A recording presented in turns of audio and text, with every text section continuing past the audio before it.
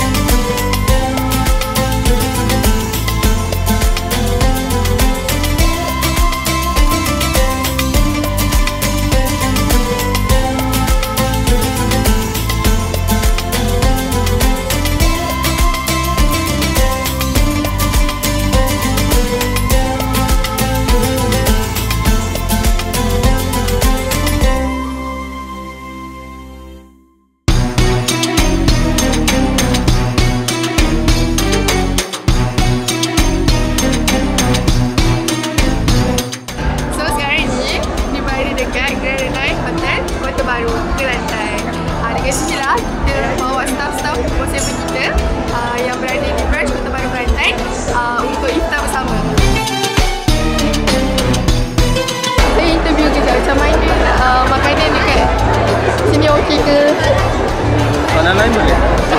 Sebab saya macam diet, saya tak makan sangat. Perasaan semestinya gembira dapat buka sama-sama dengan tim Kota Baru sebab jarang-jarang datang. So makanan pun okey, not bad. Sebab Alhamdulillah sebabnya sebelum ni kita pernah bekerja apa semua kan, jarang-jarang jumpa. Waktu ni lah kita dapat mengeratkan hubungan silaturahim antara semua staf dan semua tim. Alhamdulillah, terima kasih kerana semua staf kena support untuk iftar hari ni. Saya teruja dan happy lah dapat jumpa dengan staf-staf kepada Kota Baru. So baru kenal siapa sales manager, baru jumpa lah kawan-kawan yang lain apa semua. Itulah. Kami daripada Boss Seven Kota Baru ingin mengucapkan selamat